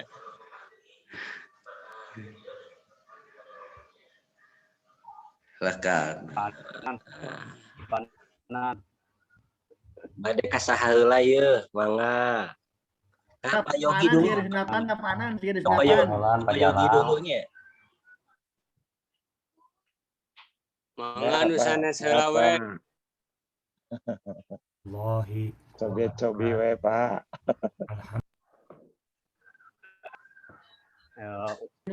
Pak Yogi. Wah, iya mah Ustad atuh ieu mah. Tiga panas sendiri sekadar Mah kiai ya mah. Allah Akbar. Kayak Sumedang, kayak Sumedang. Suara gak ada suara. Suara anak-anak. Kiai simpang pamulihan ieu mah. Ulang lagi, Pak, ulang lagi. Sururi anfusina Suaranya. wa min sayyiati amalina. Wah, gagal. Mudillallah wa amma yudiluhu fala hadiyalahu. Ashhadu an la ilaha illallah wa ashhadu anna Muhammadar Rasulullah. Allahumma sholli ala Sayyidina Muhammad. Amma ba'd. Hadirin, hadirat yang dimuliakan Subhanahu wa ta'ala. Baiklah, judul kultum hari ini pada kesempatan ini mengenai riba. Riba berasal dari bahasa Arab yang artinya dilebihkan atau tambahan. Riba berasal dari bahasa Arab yang hukum syaratnya adalah melebihkan, menambahkan pembayaran tanpa ada ganti atau imbalan yang disyariatkan bagi salah seorang yang melakukan akad atau transaksi. Hukum riba adalah haram sebagaimana firman Allah dalam surat Al-Baqarah 275. A'udzu billahi minasyaitonir rajim. Bismillahirrahmanirrahim. Allazina ya'kuluna riba la yaqumuna illa kama yaqumul lazi yatakhabatuhul syaitanu minal masi. Artinya, orang-orang yang memakan atau mengambil riba tidak dapat berdiri melainkan seperti tubuhnya orang yang kemasukan syaitan lantaran tekanan penyakit gila. Riba merupakan panduan dari akad kredit yang terjadi di sebuah perbankan. Riba bisa diartikan adalah sejenis tambahan bunga yang ada ketika akad kredit itu terjadi. Menurut Al-Quran dan hadis bahwa riba digolongkan menjadi 4 macam. Yang pertama, riba fudul, yaitu penukaran dua barang yang sejenis dengan tidak sama atau lebih. Umpamanya menjual 1000 atau menjual 10 kg beras dengan 11 kg beras. Jadi, barang yang sejenis misalnya beras dengan beras, uang dengan uang, tetapi kelebihannya ditambah atau takaran barangnya ditambah. Kemudian yang kedua yaitu riba qardi, yaitu meminjam dengan syarat keuntungan bagi yang mempiutangi, atau qardi itu adalah meminjam. Seperti seorang berutang 1000, kemudian perjanjian akan dibayar kelak menjadi 1.100. Nah, yang 100-nya itu adalah merupakan riba atau bunga. Kemudian yang ketiga yaitu ribayan, yaitu berpisah sebelum timbang terima. Orang yang membeli sesuatu barang, sebelum ia menerima barang yang dibeli dari si penjual, tidak boleh menjualnya kepada siapapun. Sebab barang yang dibeli dan belum diterima masih dalam ikatan jual beli yang pertama, belum menjadi milik yang sebenarnya bagi pembeli. Selanjutnya, yaitu yang keempat, riba nasa, yaitu penukaran yang diisyaratkan terhambat salah satu dari dua barang itu. Tegasnya, melebihi pembayaran barang yang dipertukarkan. Jadi menambahkan nilai barang yang akan dijual belikan, tetapi sebelum terjadi akad kredit. Yang keempat, macam riba itu ada dalam hadis yang disunatkan, yaitu dari Samrah bin Junub, bahwasannya Nabi Muhammad melarang menjual binatang dengan binatang yang pembayarannya diakhirkan. Jadi setelah akad kredit dimulai.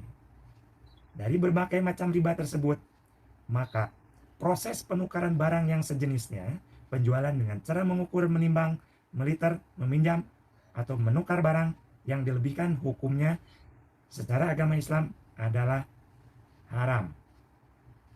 Terima kasih untuk penjelasannya mengenai riba. Mudah-mudahan rekan-rekan ahlul kitab semuanya dapat memahami,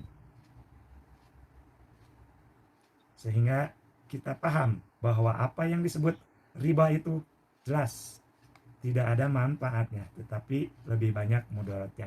Subhanaka Allahumma wa bihamdika arsadu anna ila anta astaghfiruka wa atubu ilaik walahul muwafiq ila aqwami thoriq. Wassalamualaikum warahmatullahi wabarakatuh.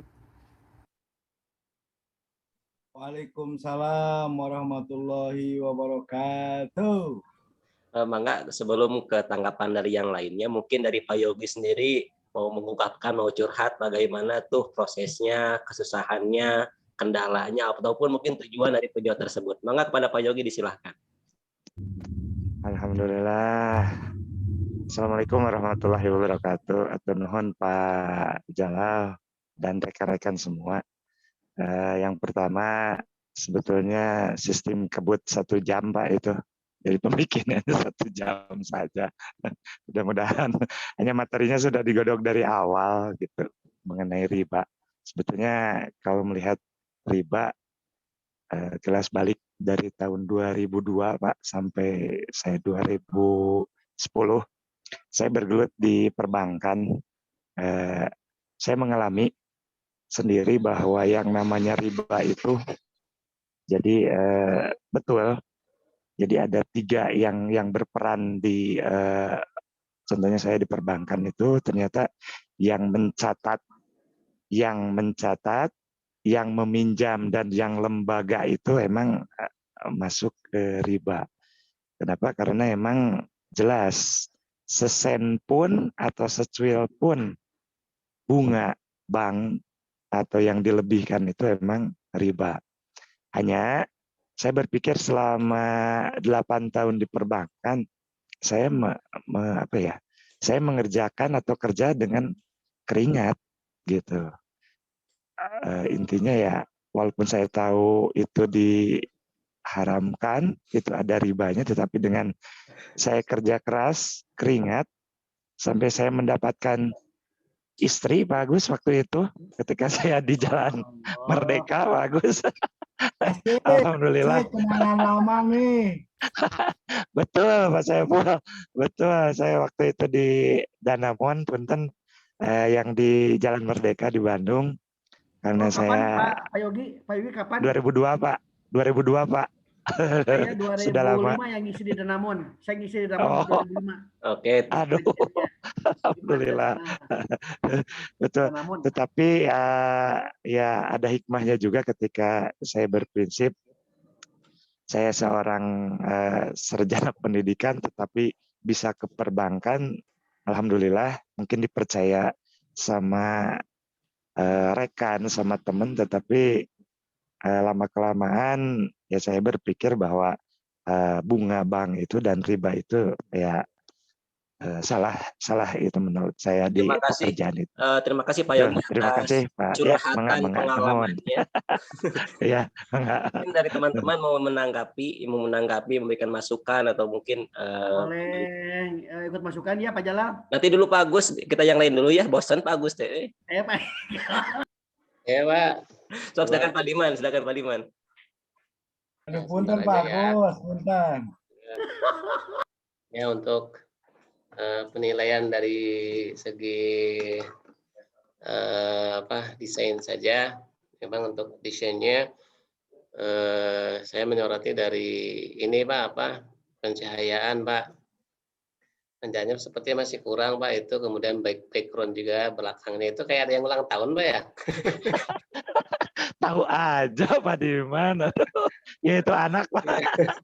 Betul, karena di kamar ngerem Pak, beli kadangu gitu. Ya, terima kasih Pak, Bangga. Ya, terus juga untuk kamera itu kan saya dulu pernah diarahkan, jadi untuk posisi kamera Pak, ketika kita sedang live itu posisinya minimal sejajar dengan mata.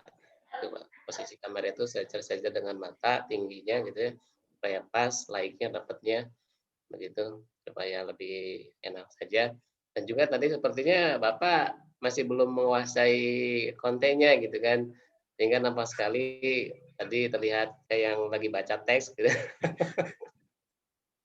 Emang gitu sih, Pak. baca teks Pak, terus terang. Ya, betul Pak Diman, emang baca teks di laptop gitu, makanya posisinya ya insya Allah lah ke depannya. Iya. Gitu. Ya, gitu aja Pak, terima kasih Pak. Punten. Oke, ya, terima kasih Pak Diman.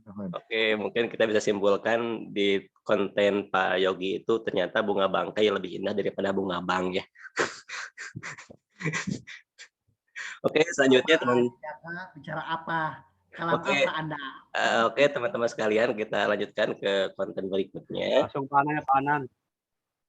Kita tertib saja dari teman-teman yang mengirim duluan sampai dengan teman-teman yang baru mengirim belakangan. Jadi kita lanjutkan ke selanjutnya, itu mungkin di sini ada dari saya sendiri ya. Mungkin teman-teman bisa memberikan masukan ataupun sanggahan pada video yang akan ditampilkan berikut ini. Saya mau ngasih masukan nih. Jalaluddin. Gimana Pak Agus? Lanjut. Nah, dipotong Pak Agus. Kita mulai saja Pak Agus ya. Kita mulai saja. Nanti masukannya setelah video diselesaikan.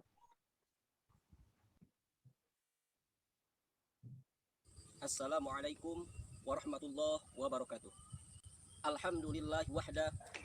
Sadaqa wa'ada. Wah, iya gagah ya. Wa anja jundahu wa hajamal ahjaba wahda. Ayo ngamer.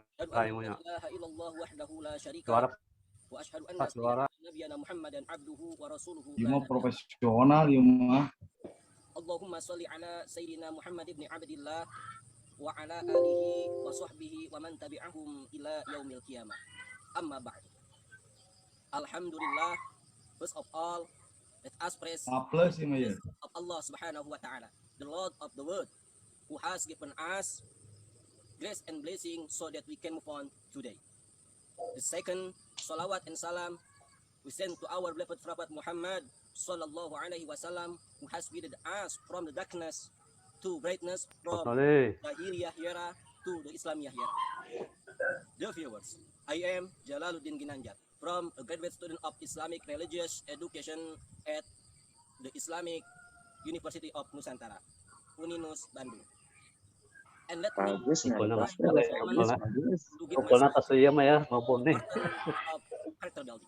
siap jadi apa dosen nih mantuna. About character building, this is a deliberate attempt at all dimension of life from the character optimally. It is basic concept in one's thinking to make physical, spiritual, and moral character become more meaningful. The character building should be given to person from a village, adolescent, and adult, so that we can shape the character to more valuable and moral. The viewers, I believe that many of us, fraud of the young generation who has good score in education, in academic education. But actually, when we are proud of it, we lost something. We lost the moral, we lost the character building of them. The character education also plays a very important role in their whole life. In fact, we can clearly see that there are a lot of young people running to drugs, suicide, pre-sex, drink alcohol, and many other bad things. Of course, it was inflicted behavior that arose because they lacked of character building. The viewers, Albert Einstein had said, most people say that is intelligence that makes a person a great scientist. They are wrong. It is character. It means that from good character education, we can hope that no teenagers like to do all the bad things anymore. There must be someone who plays a role in instilling those values. To teach values, we need 3 supporting components. These values are the family, the role of the teacher, and the community. For example, parents educated their children at home, while teacher educate them in school, and then community educate them in real life. In the Al-Quran Surah Luqman, verses 12 to 19, أعوذ بالله من الشيطان الرجيم بسم الله الرحمن الرحيم ولقد آتينا لقمان الحكمة أن يشكر لله ومن يشكر فإنما يشكر لنفسه ومن كفر فإن الله غني حميد وإذ قال لقمان لابنه وهو يعظه يا بني لا تشرك بالله إن الشرك لظلم عظيم ووصينا الإنسان بوالديه حملته أمه وهنا على وهن وفصاله في عامين أن اشكر لي ولوالديك إلي المصير وإن جاهداك على أن تشرك بي ما ليس لك به علم فلا تطعهما وصاحبهما في الدنيا معروفا واتبع سبيل من أناب إلي ثم إلي مرجعكم فأنبئكم بما كنتم تعملون يا بني إنها إن تك مثقال حبة من خردل فتكن في صخرة أو في السماوات أو في الأرض يأت بها الله إن الله لطيف خبير يا بني أقم الصلاة وأمر بالمعروف وانهى عن المنكر واصبر على ما أصابك إن ذلك من عزم الأمور ولا تصعر خدك للناس ولا تبعث في الأرض مرحا إن الله لا يحب كل مختال فخور واقصد في مشيك واغضض من صوتك إن أنكر الأصوات لصوت الحمير صدق الله العظيم. In the verse above, which point 1? Do not mushrik to Allah subhanahu wa ta'ala. Point 2, respect your parent. Number 3, continue to pray and invite people to do ma'ruf and forbid them to do munkar. The last, never be arrogant. Dear viewers, let us work actively together to save this nation, especially for our young generation who will become the nation next generation from degradation of moral. So, inshallah, this nation can be the same as other developed countries. Thank you very much for your attention. May Allah subhanahu wa ta'ala with us all on the right path and always bless our every activity. Wallahul muwaffiq ila aqwamit thoriq. Wassalamualaikum warahmatullahi wabarakatuh.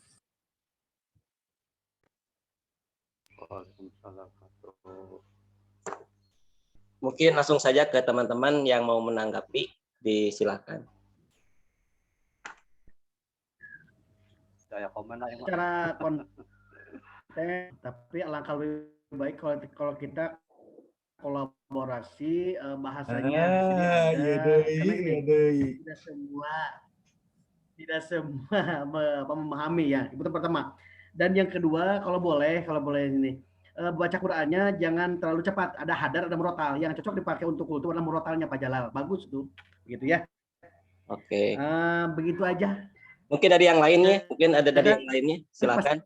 Bosan Pak Agus. Nah, saya mah hanya acungkan jempol saja lah. Oke, mungkin sedikit saja. proses pembuatannya karena saya itu membuat tripod itu dari bambu, Pak ya. Jadi buat bambu dibelah, terus HP-nya disimpan, supaya tidak goyang-goyang. Ajib tuh, ajib dah, bagus. Jadi posisinya itu di sawah ya, posisinya di sawah itu habis panen, kita bikin video seperti itu, dan mungkin dengan berbagai macam kekurangan dan berbagai macam mungkin keterbatasan di kampung, mohon maaf di kampung. Terus yang selanjutnya untuk Pak Agus, kenapa cepat? Karena di setting di YouTube-nya dipercepat. Jadi seolah-olah cepat gitu, padahal mah aslinya mah lambat Pak Agus gitu. Seperti itu. Jadi kan tadi kan sudah diatur kecepatannya 1,25 ya. Jadi supaya waktu untuk sekarang itu lebih cepat dan lebih banyak video yang diputarnya. Jadi kalau mau lihat originalnya boleh lihat langsung saja. Jadi tidak terlalu cepat dan menurut saya sih lambat segitu mah gitu ya. Yang selanjutnya, kenapa menggunakan bahasa? Berapa menit Pak? Perkiraan berapa menit Pak itu buatnya Pak? Apa Pak? Pembuatannya berapa menit? Itu pembuatannya. Artinya pembuatannya berapa menit? Aslinya itu 8 menit Pak. Aslinya 8 menit. Kita percepat. Ada juga dipotong-potong karena jedanya jadi kurang lebih 7 menitan. Lebih 30 sekian detik. Berarti nanti ada editing di YouTube-nya Pak ya untuk teks-teksnya gitu juga Pak ya? Enggak Pak, itu kalau teksnya kita bikin sendiri Pak. Jadi saya di sini belajar dari Movie Maker. Jadi kita bikin translate-nya juga, translate yang manual. Jadi tidak running text gitu, yang manual. Jadi ya mungkin bisa dilihat oleh Bapak Ibu sekalian. Jadi tidak terlalu maksimal gitu ya. Jadi di sini saya menggunakan aplikasi yang sangat sederhana sekali. Mirip dengan presentasi saja, cuma dibuat video. Dan mungkin salah satu kekurangannya, salah satunya mungkin di situ karena sore hari di kampung banyak suara burung, cahayanya juga itu, dan mungkin resolusi HP-nya, resolusi kameranya juga tidak maksimal.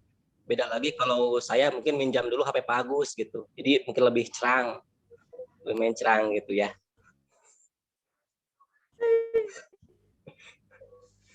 Bagus, maaf aja lah. Oke, mungkin itu saja Bapak Ibu sekalian. Terima kasih atas masukannya. Dan mungkin sedikit saja kenapa memakai bahasa Inggris Pak Agus ya. Karena di sini itu majelisnya majelis ilmu, jadi majelis koreksi, majelis perbaikan. Jadi mumpung di majelis perbaikan, jadi apapun kita mengeksplor diri gitu. Dan Pak dosen juga tidak memberikan batasan bahasa kan. Hanya juga membuat kultum. Jadi kalau Pak Agus mau membuat bahasa isyarat juga, kultumnya tenang naon Pak Agus. Bahasa Sunda baik Pak Agus ya. Gitu kan. Pak Agus jawab. Bahasa Jawa lah campurannya.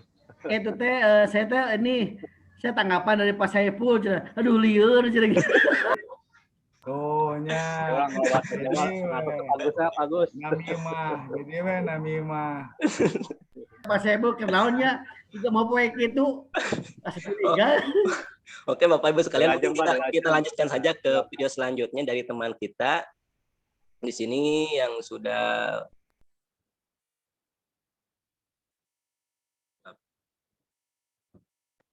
mohon maaf salah share-nya.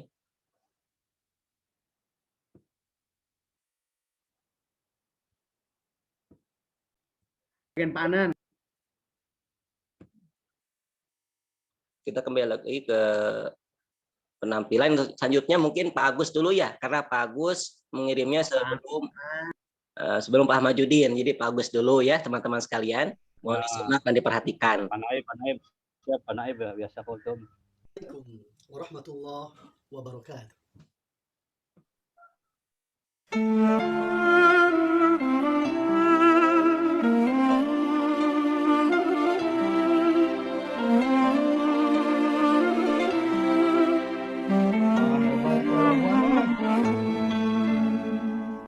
Assalamualaikum warahmatullahi wabarakatuh.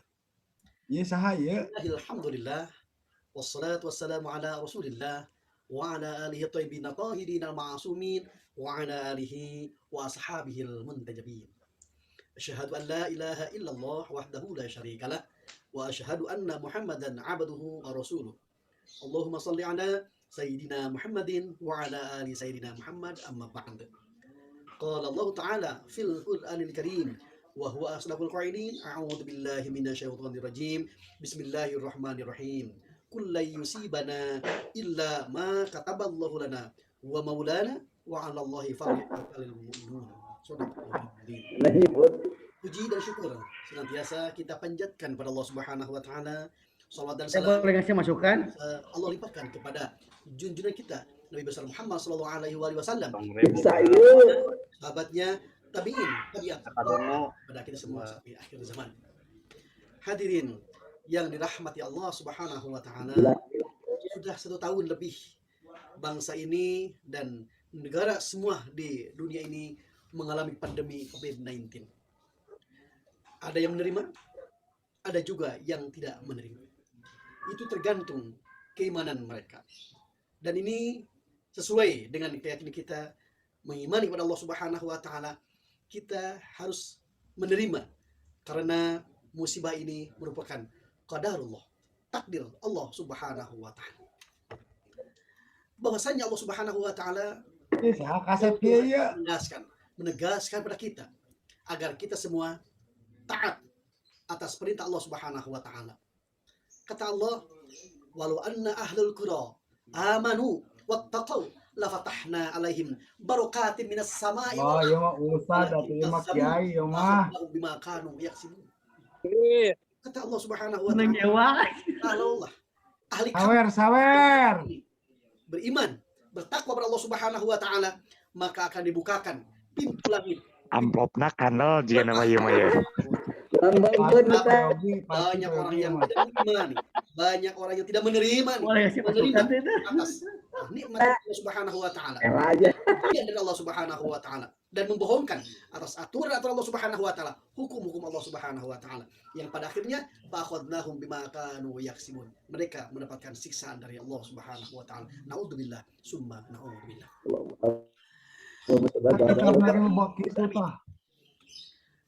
Ini apa jangan saya pul.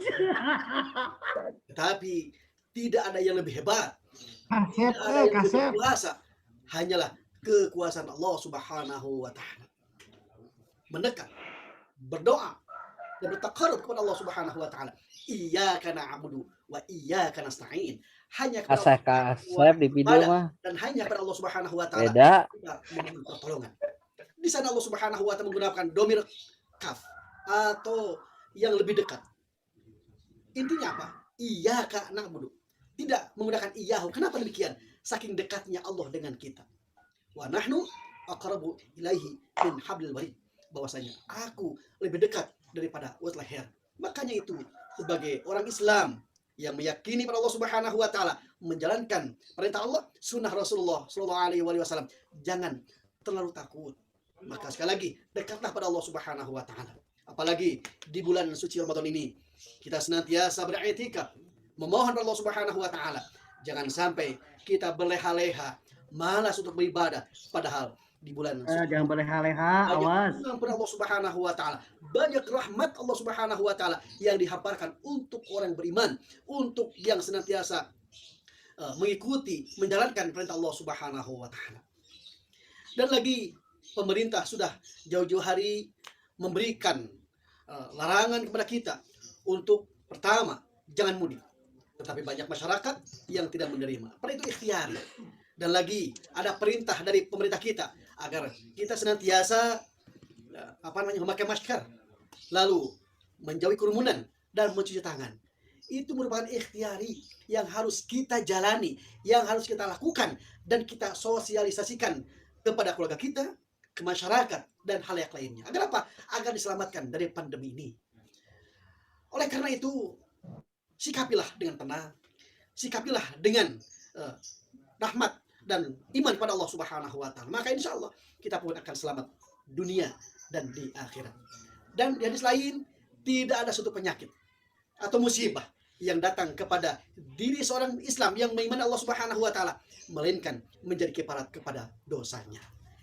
Rahmat Allah Subhanahu wa taala, rahmat Allah Subhanahu wa taala harus kita raih dengan menerimanya agar Allah Subhanahu wa taala mencintai dan merindukan kepada kita, dan kita semua inginkah diakui oleh Nabi Muhammad SAW? Oleh karena itu, beriman, bertakwa ini menjadi kunci utama. Hadirin yang dirahmati Allah Subhanahu wa taala, mudah-mudahan kultum ini pribadi umumnya kepada hadirin semua. Semoga kita semua senantiasa diberkahi, diberikan pertolongan oleh Allah Subhanahu wa taala.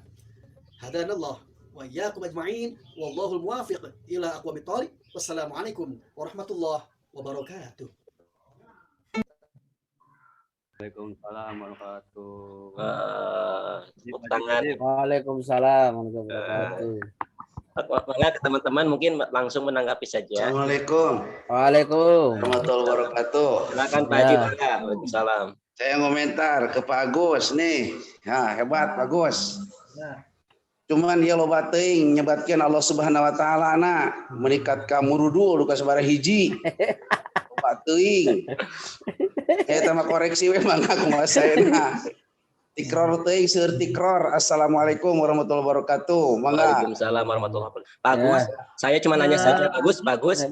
Apakah saya menyebutkan ya ini haleluya gitu? Pak Agus, bari naroskeun Pak Agus. Adi katasik sabaraha Pak Agus? Adi katasik sabaraha eta? Tarikna.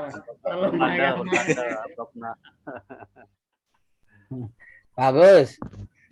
Jadi naros eta dapat honor sabaraha kok aya covid-covidan segala. Lumayan Satgas Abdul. Apunten bagus, apunten Pak. Dari naros Pak. Eta ayat anu di aos di payun mimbarokati samai barokati di ayat kaluhur sareng kaitan tema berarti sudah masuk Pak ya? Atau nanti musibah kalau musibah inna lillahi wa inna ilaihi raji'un gitu. Masuk enggak? Terima kasih. Sudah masuk Pak. Masuk. Bagus masuk kan aku mage Pak. Oke. Nah, gratis. Komo ku pajalal mah di ulemna. Insyaallah lah. Bagus kok PHM iming eta bagus. Aduh, eta apa gini?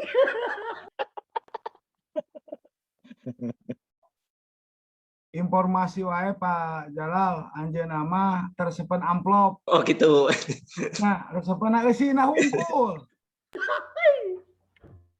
Oke, teman-teman sekalian, sambil kita berjalan saja, kita saksikan penampilan dari teman kita selanjutnya. Dari Bapak Ahmad Judin, ya, rizki yang berkah. Barokah. Alhamdulillahilladzi arsala.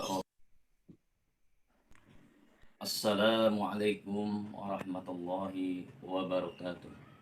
Tergempa ya, Mas. Alhamdulillahilladzi arsala rasulahu bil huda wa dinil haqq walau karihal musyrikun. Asyhadu an la ilaha illallah wahdahu la syarika lah wa asyhadu anna Muhammadan abduhu wa rasuluh. Allahumma shalli wa sallim ala sayyidina Muhammadin wa ala alihi wa sahbihi ajma'in, amma ba'du. Qala Allah Ta'ala fil Qur'anil Karim wa huwa asdaqul qailin. A'udzu billahi minasyaitonir rajim. Khudz min amwalihim shadaqatan tutahhiruhum wa tuzakkihim biha. Shadaqallahul azim. Para hadirin, bapak-bapak, ibu-ibu, saudara-saudaraku yang dimuliakan Allah Subhanahu wa taala. Alhamdulillah pada kesempatan ini kita masih diberikan kesehatan oleh Allah Subhanahu wa taala. Mudah-mudahan kita selalu bisa melaksanakan kewajiban kita kepada Allah Subhanahu wa taala, baik ibadah wajib maupun ibadah sunnah. Terutama pada kesempatan ini kita berada di bulan Ramadan. Mudah-mudahan segala aktivitas kita, ibadah puasa kita diterima oleh Allah Subhanahu wa taala. Amin ya rabbal alamin. Salawat dan salam mari kita sampaikan kepada junjungan kita Nabi besar Muhammad sallallahu alaihi wasallam, kepada para keluarganya, para sahabatnya, dan mudah-mudahan sampai kepada kita semua. Hadirin, hadirat yang dimuliakan Allah Subhanahu wa taala. Bahwa Allah Subhanahu wa taala telah memberikan suatu kenikmatan berupa rizki. Yang mana rizki yang Allah berikan kepada kita adalah untuk dijadikan ibadah, untuk dijadikan kebaikan, khususnya adalah kebaikan buat diri kita, buat keluarga kita, dan kebaikan juga untuk orang lain. Karena sesuatu rezeki yang Allah berikan kepada manusia juga diberikan kepada makhluk yang lainnya ataupun yang sebangsa hewani. Jadi Allah Subhanahu wa taala memberikan rezeki itu adalah tidak memilah-milah dan tidak memilih-milih. Maka dari itu, apa yang Allah berikan kepada kita adalah merupakan rezeki yang halal dan kita harus mendapatkannya adalah dengan cara yang halal. Karena kehalalan suatu rezeki itu akan menjadikan manfaat buat diri kita, buat keluarga kita, dan juga bermanfaat untuk saudara-saudara kita. Dan juga rezeki yang Allah berikan tidak hanya berupa materi, tetapi rezeki juga berupa anak-anak yang soleh, keluarga yang sakinah, mawaddah, warahmah. Sehingga akan kita dapatkan suatu rezeki yang berkah. Bagaimana rezeki yang berkah itu? Yang pertama adalah rezeki yang halal. Rezeki yang halal adalah suatu rezeki yang didapat dari pekerjaan yang kita lakukan. Baik pekerjaan itu bernilai dengan tenaga maupun dengan pikiran, ataupun dilakukan dengan usaha dagang atau niaga. Sehingga rezeki yang kita peroleh adalah dengan rasa syukur dan kita mensyukuri daripada rezeki yang Allah berikan, sehingga tidak merasa diri kita ini adalah dengan rezeki itu dengan menumpuk memuaskan diri untuk diri sendiri dan tidak peduli dengan orang lain. Jadi rezeki yang halal itu adalah rezeki dan mendapatkan suatu keberkahan dari Allah Subhanahu wa taala adalah rezeki yang benar-benar kita manfaatkan untuk diri kita dan untuk orang lain. Misalnya dengan memberikan atau berbagi kepada orang lain. Yang kedua adalah rezeki yang bersih. Seperti yang dijelaskan oleh Allah dalam surat Al-Imran, "Khudz min amwalihim shadaqatan tutahhiruhum wa tuzakkihim biha." Jadi rezeki yang Allah berikan kepada kita adalah seperti rezeki yang diperoleh oleh kita adalah untuk disedekahkan, diinfakkan, dijariahkan sampai suatu kewajiban kita berikan. Di antaranya adalah memberikan zakat, baik zakat fitrah maupun zakat mal. Sebagaimana kesempatan di bulan puasa ini, Allah juga akan melipatkan berbagai pahala kepada orang yang memberikan sedekah. Dan kewajiban yang harus kita berikan adalah zakat fitrah. Baik zakat fitrah yang saat ini kita berikan sampai kepada sebelum hari raya Idul Fitri. Mungkin itu yang saya sampaikan, mudah-mudahan bermanfaat. Kultum yang singkat ini mudah-mudahan juga bermanfaat buat diri saya, buat orang lain. Demikian yang saya sampaikan. Wallahu muwaffiq ila aqwamit thoriq. Wassalamualaikum warahmatullahi wabarakatuh.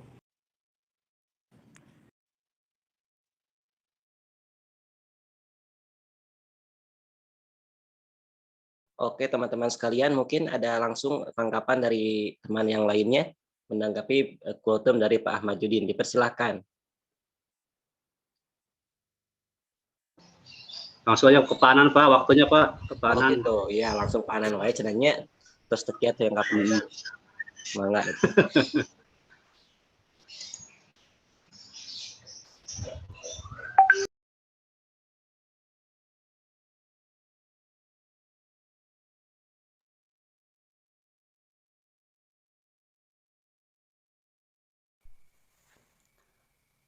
Assalamualaikum warahmatullahi wabarakatuh.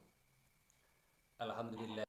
Wah, ya mah kiai gede, Om. Ana imama wa hikmah. Asyhadu an la ilaha illallah wa la Kang keras, Pak, suaranya ya. Allahumma shalli wa sallim ala sayyidina Muhammad wa ala alihi wa sahbihi wa man amma ba'd. Faqad qala Allah ta'ala fil Qur'anil Karim. أعوذ بالله السميع العليم من الشيطان الرجيم بسم الله الرحمن الرحيم يا أيها الذين آمنوا كتب عليكم الصيام كما كتب على الذين من قبلكم لعلكم تتقون. Al-ayat sadaqallahul adzim. Pertama-tama dan yang paling utama, puji serta syukur mari kita sama-sama panjatkan kehadirat Allah Rabbun Ghafur yang senantiasa memberikan berbagai macam nikmat kepada kita, nikmat iman, nikmat Islam, nikmat sehat dan juga nikmat panjang umur. Baik itu nikmat yang dianugerahkan kepada orang-orang yang bersyukur ataupun kepada orang-orang yang kufur. Salawat dan salam juga mudah-mudahan senantiasa tetap tercurahkan kepada insan panutan mustika alam mutiara Islam, Rasulullah Muhammad sallallahu alaihi wasallam, para keluarganya, para sahabat, tabi'in hingga kita sebagai umatnya. Hadirin yang berbahagia, Alhamdulillah saat ini kita telah memasuki di bulan Ramadan, bulan yang penuh berkah. Bulan di mana amalan-amalan dilipat gandakan, dosa-dosa diampuni, termasuk juga amalan-amalan kita diterima oleh Allah Subhanahu wa taala. Bahkan bulan Ramadan adalah salah satu bulan di mana diturunkannya Al-Qur'an oleh Allah taala. Berbicara tentang saum atau puasa, tentu kita harus tahu apa tujuan daripada diwajibkannya berpuasa. Salah satu tujuan diwajibkannya berpuasa adalah yaitu oleh Allah dijelaskan dalam surat Al-Baqarah ayat 183 yang berbunyi A'udzubillahi minasyaitonirrajim. Bismillahirrahmanirrahim. Ya ayyuhalladzina amanu kutiba alaikumus siyamu kama kutiba alal ladzina min qablikum la'allakum tattaqun. Salah satu tujuan diwajibkannya berpuasa adalah la'allakum tattaqun, supaya menjadikan atau mencetak orang-orang yang bertakwa kepada Allah Subhanahu wa taala. Lalu apa pengertian bertakwa kepada Allah Subhanahu wa taala? Menurut salah satu definisi bahwa pengertian takwa adalah imtisalu awamirillah wajtinabun nawahi, yaitu menjalankan segala perintah Allah dan juga menjauhi segala larangan-larangan Allah. Ketika Allah mewajibkan kepada kita berpuasa, maka laksanakanlah puasa itu. Ketika Allah mewajibkan kepada kita melaksanakan sholat, maka laksanakanlah sholat itu. Ketika Allah memerintahkan kepada kita untuk zakat, maka kerjakanlah, keluarkanlah zakat itu. Itu salah satu contoh melaksanakan perintah Allah.